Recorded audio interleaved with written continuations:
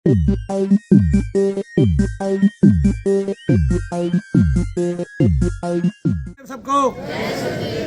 तो कौन कहता है प्रेत नहीं होते? अगर प्रेत नहीं होते तो मनु भैया का दरबार सदैव भरा नहीं रहता और लोग ठीक नहीं होते, उनकी दुर्लभ से दुर्लभ बीमारियां ठीक नहीं होती। और कौन कहता है कि लिटरेसी जो है अंधविश्वास को, इलिटरेट आदमी अंधविश्वास को बढ़ावा देता है? तो कौन कहता है प्रेत नहीं होते? वो शनि धाम में आकर देख ले, प्रेत होते हैं। मनु भैया हर तरह की परीक्षा देने के लिए तैयार हैं। पहले प्रेत को साबित करेंगे, शरीर में दिखाएंगे, निकाल के उसके रोग ठीक करके आपको दिखाएंगे। बोलिए जय शनिदेव। तो जो प्रेतादिक को नहीं मानता वो हिंदू धर्म का हो ही नहीं सकता। क्यों नहीं हो सकता?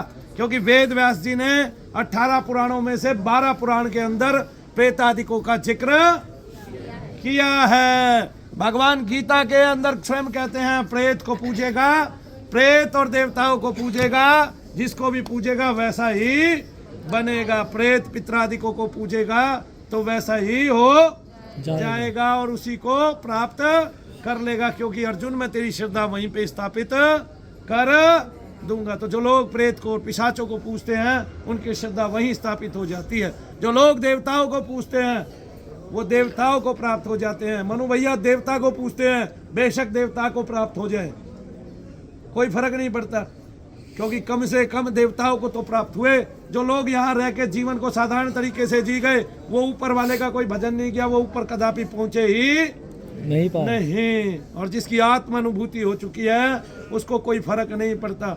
लेकिन हम अपनी बात को सिद्ध कर देंगे। कोई कहता है प्रेत नहीं होता, वो हिंदू नहीं हो सकता, क्योंकि प्रेत शब्द हिंदू है।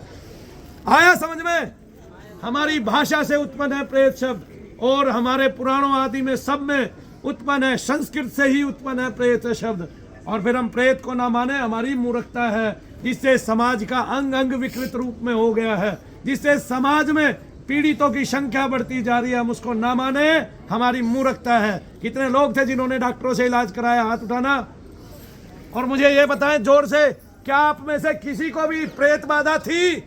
हाँ। और क्या आप डॉक्टरों से ठीक हुए? नहीं। और क्या शनिधाम से आराम पड़े? जोर से बोलो भाई। यहाँ अनपढ़ व्यक्ति, पढ़े लिखे जो हैं वे हाथ उठाए। पढ़े लिखे जो हैं वे अपने दोनों हाथ उठाए। जो 10 कक्षा तक भी पढ़े हैं अपने दोनों हाथ उठाए, अपने दोनों हाथ उठाए। आप लोग पीड़ित हैं, आपने मान लिया प्रेत होते हैं?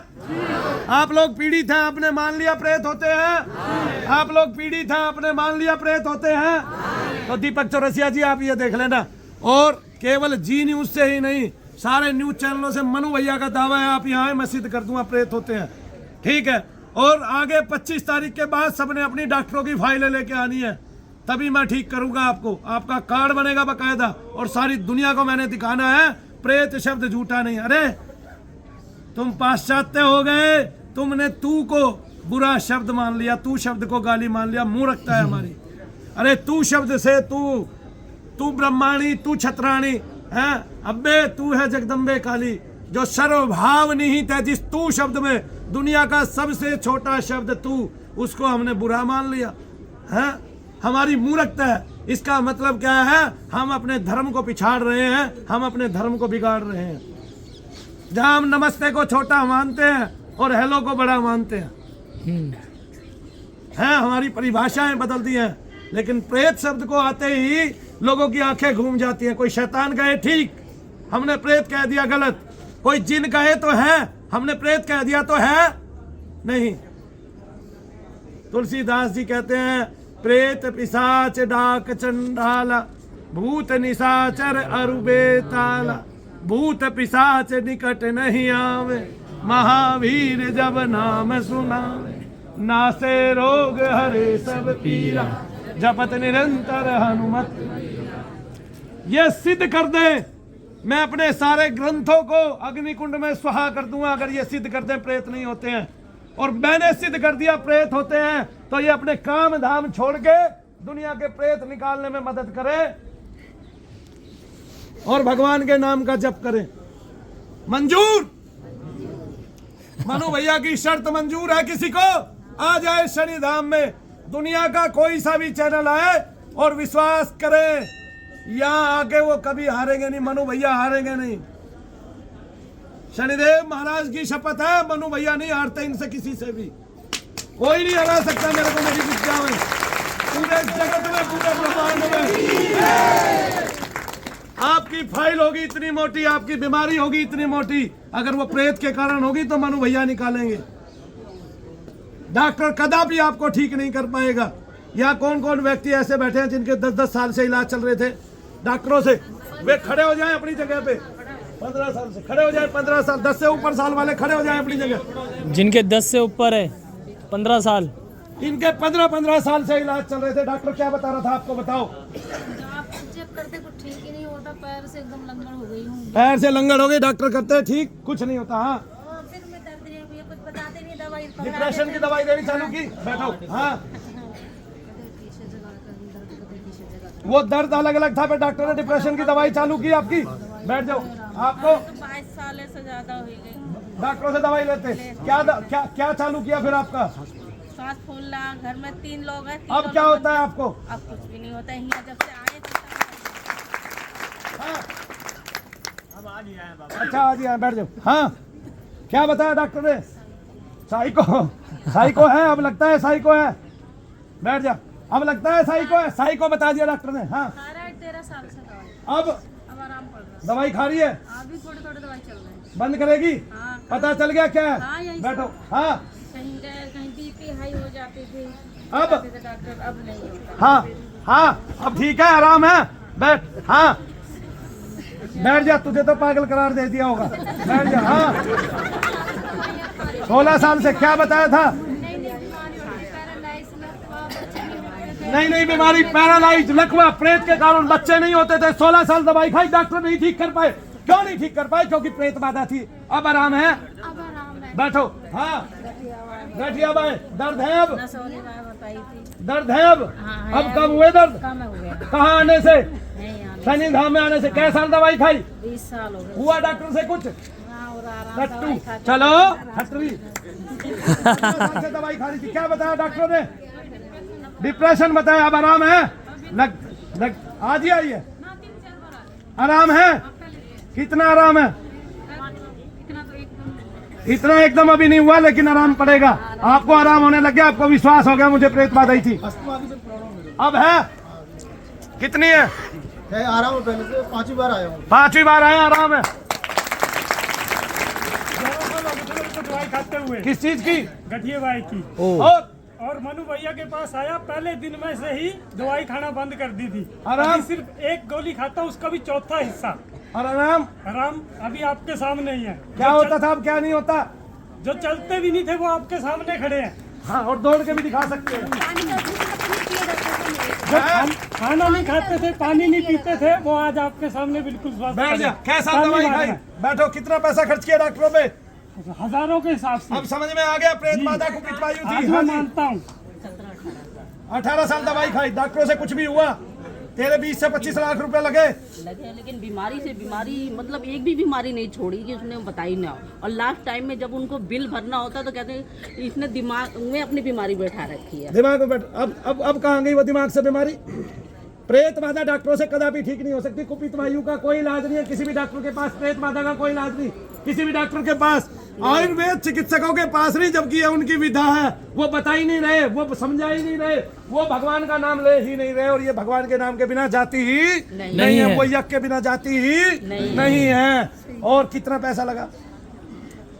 20-25 लाख तो लग गया। 20-25 लाख। अब मुझे बताइए, बीमारी कौन कौन सी बताई थी, गिनवाइए जरा। लुम्बा, टोशिक, सर्वाइका, माइग्रेन, लीवर इन्फेक्शन और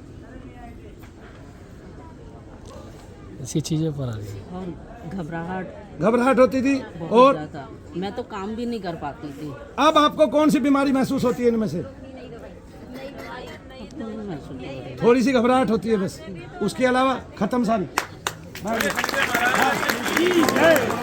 सर्वाइकल का प्रॉब्लम बताया था डॉक्टर ने। हाँ, और मेरी गर्दन बिल्कुल ऐसे अकड़ गई थी। हाँ, तो मैंने काफ़ी इलाज कराया, फिजियोथेरेपी कराई, काफ़ी डॉक्टरों से ट्रीटमेंट करवाया। उन्होंने बोला आपकी हड्डी जो है जुड़ गई है। हाँ तो पहले मैं जैसे भाई साहब बैठे हुए नीचे, अगर मैं ऐसे बैठता हूँ तो नहीं बैठा, मैं नीचे गिर जाता हूँ पीछे। हाँ।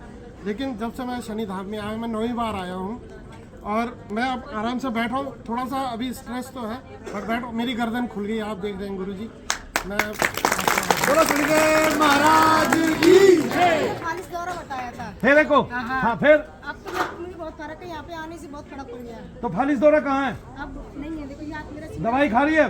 दवाई नहीं खा रही है, और अब तो सही है, थोड़ा बहुत सही है। एक सेकंड, मैं आपके कान में फूंक मार के दिखाता हूँ दुनिया को। फूंक कहाँ गई है वो बताना मुझे। फोन उठा। देखिए देखिए देखिए देखिए देखिए देखिए फूंक कहाँ गई है? हाथ हटाइए, हाथ हटाइए। फूंक कहाँ गई है? मतलब वायु आपके अंदर नहीं घुसेगी, लेकिन जो शब्द की शक्ति है, जो मनु भैया ने उत्पन्न की है, वो आपके अंदर तुरंत वहीं जाएगी जहाँ पे निगेटिविटी बैठी है। बोलिए सच्चे। एक व्यक्ति दुनिया में ऐसा है जिसने इतनी मेहनत की है, वो सिद्ध करके दिखा सकता है, जो बड़े बड़े महात्माओं से सिद्ध नहीं हुआ कि प्रेत है। वो निकाल के दिखाएगा, बाकायदा आपको करके दिखाएगा। कहाँ कहाँ घूम रहा है आपके शरीर में, कहाँ बैठा है, क्या रोग उसने उत्पन्न किया है, वो बताएगा। और वो बिंदु मात्र है, वो आपके शरीर में तेजी के साथ घूमता है। इधर से जो खड़े हुए थे, क्या बताया डॉक्टरों ने? अस्थमा अब है? कहाँ गया? मनु भैया अस्थमा तो ठीक नहीं करते, प्रेत बाधा दूर करते हैं, सारी दुनिया जानती है।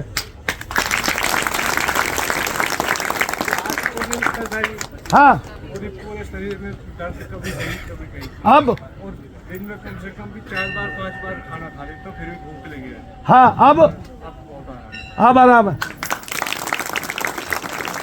और यहाँ और भी बहुत सारे लोग हैं, ऐसा नहीं है, अभी तादाद और है जो आपको ये बता सकते हैं, क्योंकि हमारे पास समय कम है ना। और एंकर लोग तो बिल्कुल वो अपनी खबरें देके फ्री हो जाते हैं, लेकिन मनु भैया कदापि फ्री नहीं होते हैं। बोलो जय शनिदेव। जय शनिदेव। इसलिए जो आने वाले हर रोज नए लोग हैं, पहले उनको बताएंगे, उनके अंदर प्रेत ने क्या बीमारी दी है उसको बताएंगे, फिर उसका प्रेत निकाल के उसकी बीमारी ठीक करेंगे। उसके पास चाहे डॉक्टर की इतनी फाइलें हो। मेरा आयुर्वेद सबसे बड़ा है, वो वेदों से निकला है। किससे निकला है? वेदों से निकला है। और वेदों में भी प्रेत आदिकों के लक्षण बताए गए हैं। फिर महर्षि चरक ने आयुर्वेद में उसकी गणना की है। अध्याय 9 में आप देख सकते हैं, पूरा का पूरा भरा हुआ है। ये पार्ट 2 है और ये डॉक्टरों के लिए लिखित है। डॉक्टरों को ये पढ़ाया जाता है। किसको पढ़ाया जाता है? जो आयुर्वेद के डॉक्टर होते हैं, जो BMS होते हैं। आया समझ में? और भारत के इतने ग्रंथ हैं जिनमें प्रेत आदिकों का जिक्र है। तो या तो मैं अपने ग्रंथों को ना मानूं या मैं अपने धर्म को ना मानूं, ठीक है? या फिर दीपक चौरसिया जैसे एंकर जो बैठ के एक बात कह देते हैं, प्रेत शब्द आते ही कह देते हैं कि प्रेत तो अंधविश्वास है। अगर अंधविश्वास है तो तुम मत करो भाई, क्योंकि तुम्हें अभी पड़ी नहीं है। जिस दिन किसी माँ बहन का तुम्हारे घर में से सर घूम जाएगा, तुम एकांत में लिए फिरोगे और चुपचाप ठीक कराते फिरोगे। मैंने उन अंधेरे में उन लोगों को, बड़े लोगों को आते हुए देखा है जो कहते हैं और ठीक करके दिखाया है। जो कहते हैं प्रेतादिक नहीं होते, वे वहाँ तो मजाक उड़ाते हैं, लेकिन जब उनके बच्चे हकीकत में घिर जाते हैं तो पागल हुए फिरते हैं। क्या हुए फिरते हैं? पागल हुए फिरते हैं। वैसे भी दिल्ली में मेरे भाई लिटरेसी जो है वो 84 से 85% है। और दिल्ली के कितने लोग हैं? दिल्ली के हाथ उठाएं जरा। अगर मेरे पास आने वाले 100% लोगों में 16% लोग अगर पढ़े हुए नहीं है, तो भी मैं ये कहता हूँ 100 में से 16 कम ठीक हुए और 94 ठीक हो गए। कितने? 86 ठीक हो गए या 84 ठीक हो गए। तो क्या वो कम है? हमने डॉक्टरों को तो धता बता दिया, अंगूठा दिखा दिया। तो वो जो कल को कहते थे कि प्रेत नहीं है, वे महर्षि, वे योग ऋषि, वे ब्रह्म ऋषि और वे आयुर्वेदाचार्य और वे योग को सर्वोपरि बताने वाले बाबा रामदेव, जो कहते थे भूत प्रेत नहीं होते हैं, उनको मैं यहाँ दिखा दूं लाके। और बाबा रामदेव एक बार आ जाएं और कह दें, बाबा रामदेव जी, कि मेरे यहाँ जितने गठिया के पेशेंट हैं उनके दर्द ठीक कर दिए जाए मनु भैया आपके द्वारा। तो जितने भी गठिया के पेशेंट, मैं कहता नहीं एक दिन में हाथ ठीक कर दूंगा सीधे, जितने भी उनके गठिया के पेशेंट हैं उनको दर्द में राहत हो जाएगी एक ही दिन के अंदर। दूसरा दिन नहीं लगाऊंगा, चाहे उनके 200 पेशेंट हैं। एक बात अभी भी गठिया के यहाँ कौन कौन से पेशेंट हैं जिनके दर्द ठीक हुए हैं? एक आगे आ जाइए। आपके दर्दों में आराम पड़ गया? कोई नहीं अभी कौन सी बार आए हैं? अच्छा, दूसरी बार आए हैं। अभी तक मैंने तो नहीं देखा ना आपको। पिछली बार पर्ची कटवा गए थे, मैंने तेल लगाया था इनको। हाँ बैठो।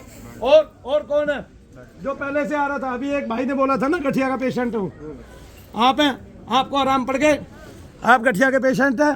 खड़े होइए। कितने दिन से दवाई खा रहे थे डॉक्टर की? क्या हो गया था आपको? घबराहट भी, पेट में दर्द होता था। डॉक्टरों ने जिंदगी भर दवाई खाने के लिए नहीं बोला था? अब क्या होता है?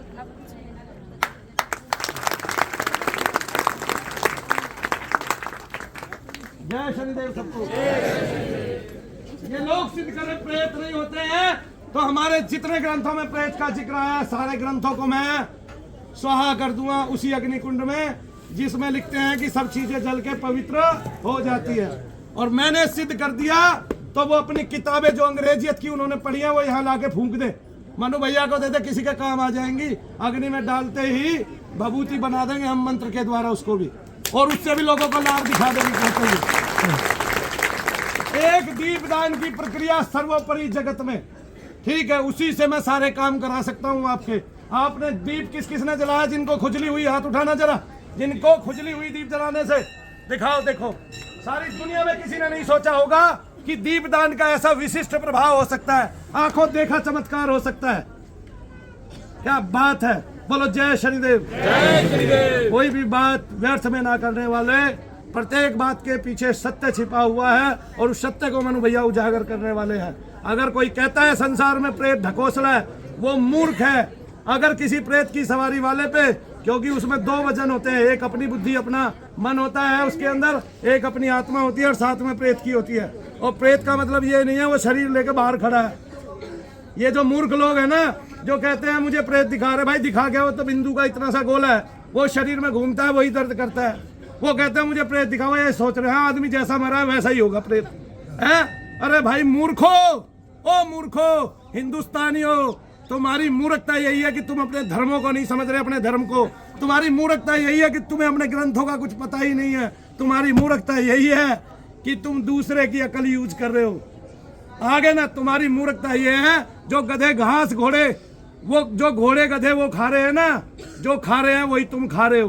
तुम्हारी मूर्खता यही है, तुम किसी के दिमाग से चल रहे हो, वरना हिंदू धर्म सनातन धर्म से बड़ा कोई दूसरा धर्म है ही नहीं। क्यों नहीं है? क्योंकि वो पुरातन है, सनातन है, उसमें इतनी खोजें हो चुकी हैं, हर तरह की, समय की, काल की सब गणनाएं उसमें मौजूद है, शरीर की सब गणनाएं मौजूद है, नक्षत्र की, तारागण की सब गणनाएं मौजूद है, सब गणनाएं पहले से मौजूद है।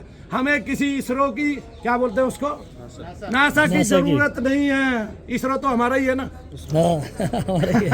हमारा ही है। हमें किसी नासा की जरूरत नहीं है किसी भी खोज के लिए। हम सब कुछ बना सकते हैं, हम सब कुछ कर सकते हैं, है कि नहीं?